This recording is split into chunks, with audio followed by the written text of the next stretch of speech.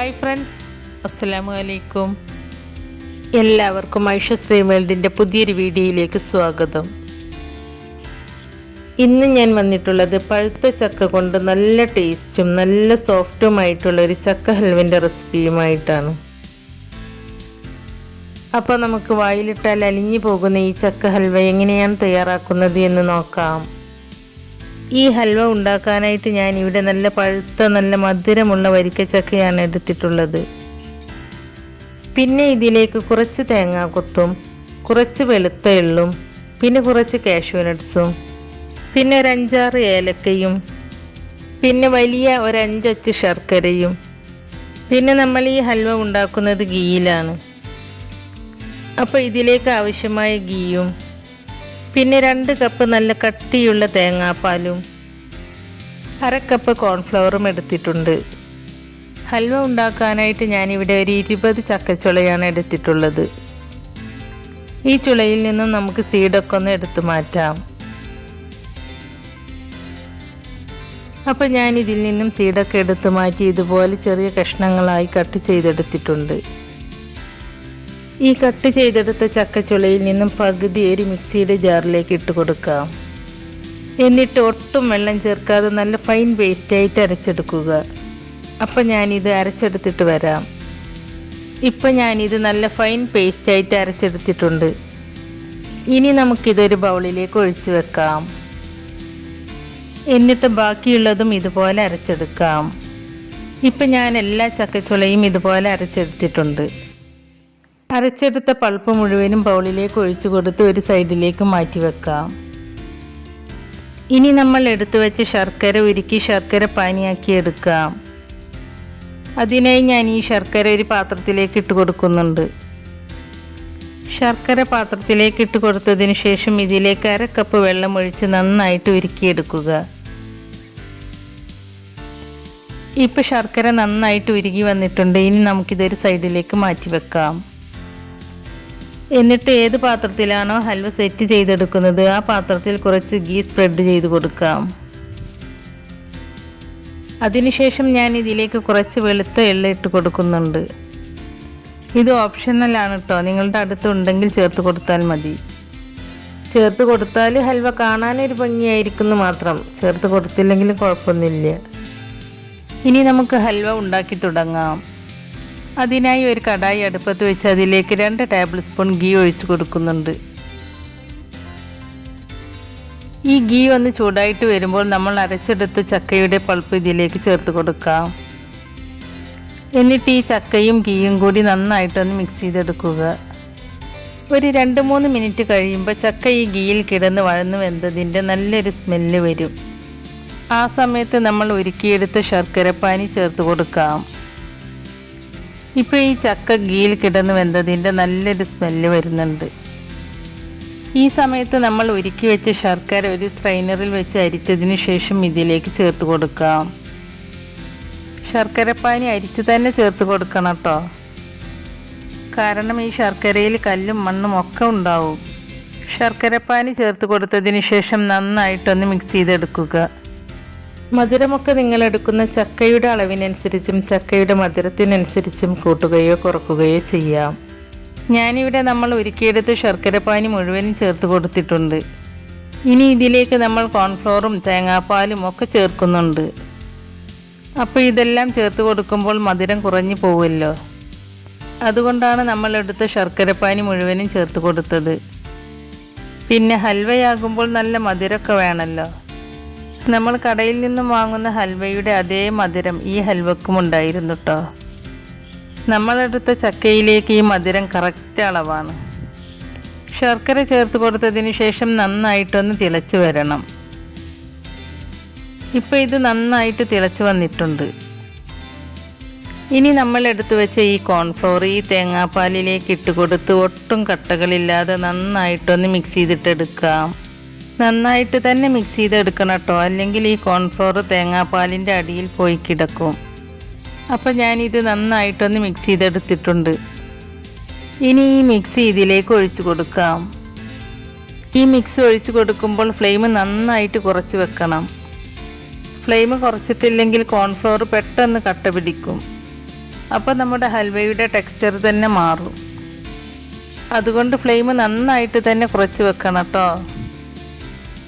അതുപോലെ മിക്സ് ചേർത്ത് കൊടുത്തതിന് ശേഷം കൈവിടാതെ തന്നെ ഇളക്കി കൊടുക്കണം. അപ്പോൾ ഞാനിത് നന്നായിട്ടൊന്ന് മിക്സ് ചെയ്തെടുത്തിട്ടുണ്ട്. ഇപ്പോൾ ഇത് നല്ല തിക്കായി വരുന്നുണ്ട്.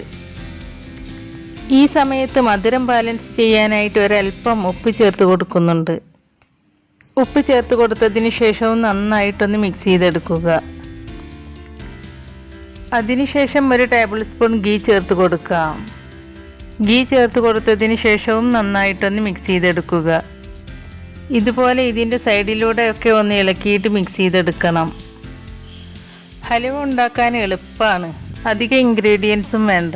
പിന്നെ ആകെയുള്ളൊരു പണിയെന്ന് വെച്ചാൽ ഈ ഒരു ഇളക്കി കൊടുക്കൽ മാത്രമാണ്. ഇപ്പോൾ ഇത് ഒന്നുകൂടി മുറുകി വന്നിട്ടുണ്ട്. ഇനി നമുക്കിതിലേക്ക് ഒരു 1.5 ടേബിൾ സ്പൂൺ ഗീ കൂടി ചേർത്ത് കൊടുക്കാം.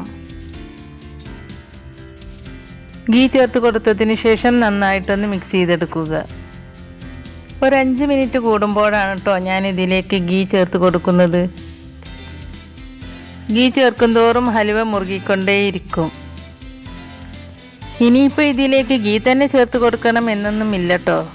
വെളിച്ചെണ്ണ ചേർത്ത് കൊടുത്താലും മതി. നെയ്യിലുണ്ടാക്കിയെടുക്കുമ്പോൾ പ്രത്യേകം നല്ലൊരു ടേസ്റ്റാണ്. പിന്നെ നെയ്യും വെളിച്ചെണ്ണയും കൂടി മിക്സ് ചെയ്ത് ചേർത്ത് കൊടുക്കുകയും ചെയ്യാം. അപ്പോൾ ഞാനിതിലേക്ക് എത്ര ടേബിൾ സ്പൂൺ നെയ്യ് ചേർത്ത് കൊടുത്തു എന്ന് ലാസ്റ്റ് പറയാം കേട്ടോ. ഇപ്പം നമ്മുടെ പാനിൽ നിന്നും നന്നായിട്ട് വിട്ട് വരുന്നുണ്ട്. ഈ സമയത്ത് നമ്മൾ കട്ട് ചെയ്ത് വെച്ച് തേങ്ങാക്കൊത്തും കാഷ്യൂ നട്ട്സും ചേർത്ത് കൊടുക്കാം. ഞാൻ ഈ തേങ്ങാക്കൊത്ത് ഇതുപോലെ നൈസായി കട്ട് ചെയ്തിട്ടാണ് ചേർത്ത് കൊടുക്കുന്നത്. അതുപോലെ നന്നായിട്ട് ഉണങ്ങിയ കൊപ്ര കട്ട് ചെയ്തെടുത്തതാണ്. ഇതുപോലെ ഉണങ്ങിയ തേങ്ങയാണെങ്കിൽ ഹൽവ പെട്ടെന്ന് കേടാവില്ല. കാഷ്യൂ നട്ട്സും തേങ്ങാക്കൊത്തും ചേർത്ത് കൊടുത്തതിന് ശേഷം നന്നായിട്ടൊന്ന് മിക്സ് ചെയ്തെടുക്കുക. ഇനി ഞാൻ ഇതിലേക്ക് കുറച്ച് വെളുത്ത എള്ള് കൂടി ചേർത്ത് കൊടുക്കുന്നുണ്ട്. എള്ള് ചേർത്ത് കൊടുത്തതിന് ശേഷവും നന്നായിട്ടൊന്ന് മിക്സ് ചെയ്തെടുക്കുക. ഇനി ഞാൻ ഇതിലേക്ക് കുറച്ച് ഏലക്കയും പഞ്ചസാരയും കൂടി കൂട്ടിപ്പൊടിച്ചത് ചേർത്ത് കൊടുക്കുന്നുണ്ട്. നിങ്ങൾക്ക് ചക്കയുടെ ഫ്ലേവർ മാത്രം മതിയെങ്കിൽ ഏലക്ക ചേർത്ത് കൊടുക്കണമെന്നില്ല. ഏലക്ക ചേർത്ത് കൊടുത്താൽ ഈ ഹൽവക്ക് നല്ലൊരു ടേസ്റ്റാണ്. ഏലക്കപ്പൊടി ചേർത്ത് കൊടുത്തതിന് ശേഷവും നന്നായിട്ടൊന്ന് മിക്സ് ചെയ്തെടുക്കുക. ഈ ഹലുവ പെട്ടെന്ന് നന്നായിട്ട് ഒന്നുകൂടി മുറുകി വരാൻ വേണ്ടിയിട്ട് ഇതിലേക്ക് 1.5 ടേബിൾ സ്പൂൺ നെയ്യ് കൂടി ചേർത്ത് കൊടുക്കുന്നുണ്ട്. ഇനി നമ്മൾ ഇതിലേക്ക് നെയ്യൊന്നും ചേർത്ത് കൊടുക്കുന്നില്ല. ഇപ്പോൾ നമ്മൾ ഇതിലേക്ക് മൊത്തം 6 ടേബിൾ സ്പൂൺ നെയ്യാണ് ചേർത്ത് കൊടുത്തിട്ടുള്ളത്. ഈ നെയ്യിൽ കിടന്ന് ഹലുവ നന്നായിട്ട് മൂത്ത് വരുന്നത് വരെ നമുക്കിതൊന്ന് ഇളക്കി കൊടുക്കാം. ഇപ്പോൾ ഇതാ പാനിൽ നിന്നൊക്കെ നന്നായിട്ട് വിട്ടുവരാൻ തുടങ്ങിയിട്ടുണ്ട്. ഇതുപോലെ പാനിൽ നിന്നൊക്കെ വിട്ടുവരുന്ന ഒരു പാകം വരും. അതുമല്ല നമ്മൾ ഒഴിച്ച നെയ്യൊക്കെ ഈ ഹൽവയിൽ നിന്ന് തെളിഞ്ഞു വരികയും ചെയ്യും. അങ്ങനെ വരുമ്പോഴാണ് നമ്മുടെ ഹൽവ കറക്റ്റ് പാകമാവുക. ഇപ്പോൾ കണ്ടോ, നമ്മുടെ ഹലുവ നന്നായി മുറുകി വന്നിട്ട് എണ്ണയൊക്കെ നന്നായി തെളിഞ്ഞു വന്നിട്ടുണ്ട്. ഇതാണ് ഹൽവയുടെ കറക്റ്റ് പാകം. ഇനി നമ്മൾ ഫ്ലെയിം ഓഫ് ചെയ്യാണ്. ഇനി നമുക്കിത് സെറ്റ് ചെയ്യാൻ വെച്ചിട്ടുള്ള പാത്രത്തിലേക്ക് ഇട്ട് കൊടുക്കാം.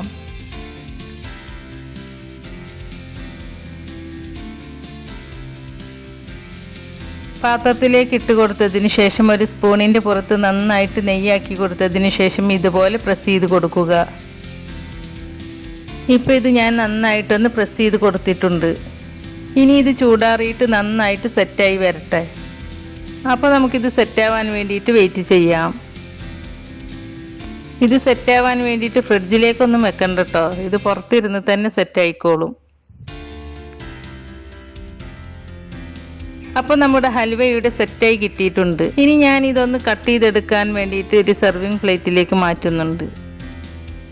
അപ്പോൾ അതാ നല്ല ടേസ്റ്റും നല്ല സോഫ്റ്റുമായിട്ടുള്ള ചക്ക ഹൽവ ഇവിടെ റെഡി ആയിട്ടുണ്ട്.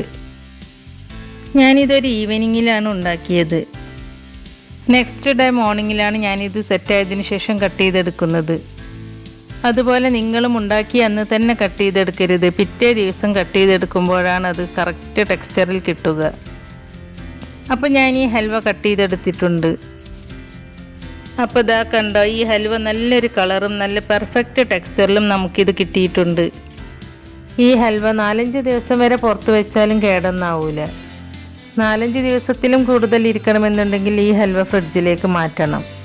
കാരണം നമ്മളിതിലേക്ക് തേങ്ങാപ്പാൽ ചേർത്തത് കൊണ്ട് കൂടുതൽ ദിവസം പുറത്തിരുന്നാൽ ഇത് കേടായി പോവും. പിന്നെ നമ്മളിതിലേക്ക് കേടാവാതിരിക്കാൻ പ്രിസർവേറ്റീവ്സ് ഒന്നും ചേർക്കുന്നുമില്ലല്ലോ. അപ്പോൾ നിങ്ങൾക്കിത് കൂടുതൽ ദിവസം ഇരിക്കണമെന്നുണ്ടെങ്കിൽ ഫ്രിഡ്ജിലേക്ക് മാറ്റുകയാണ് നല്ലത്. അപ്പോൾ വളരെ ടേസ്റ്റി ആയിട്ടുള്ള ഈ ചക്ക ഹൽവ നിങ്ങൾ ഇതുവരെയും ട്രൈ ചെയ്ത് നോക്കിയിട്ടില്ലെങ്കിൽ ഇതുപോലെ ഒന്ന് ട്രൈ ചെയ്ത് നോക്കിയിട്ട് അതിൻ്റെ ഫീഡ്ബാക്ക് കമൻറ്റായി എഴുതി അറിയിക്കാനും മറക്കരുത്. നമ്മുടെ ഇന്നത്തെ ഈ റെസിപ്പി നിങ്ങൾക്ക് ഇഷ്ടമായിട്ടുണ്ടെങ്കിൽ ലൈക്ക് ചെയ്യുകയും ഫ്രണ്ട്സ് ആൻഡ് ഫാമിലിയിലേക്ക് ഷെയർ ചെയ്ത് കൊടുക്കുകയും അതുപോലെ ചാനൽ പുതുതായി കാണുന്നവരാണെങ്കിൽ സബ്സ്ക്രൈബ് ചെയ്ത് സപ്പോർട്ട് ചെയ്യുകയും ചെയ്യണേ.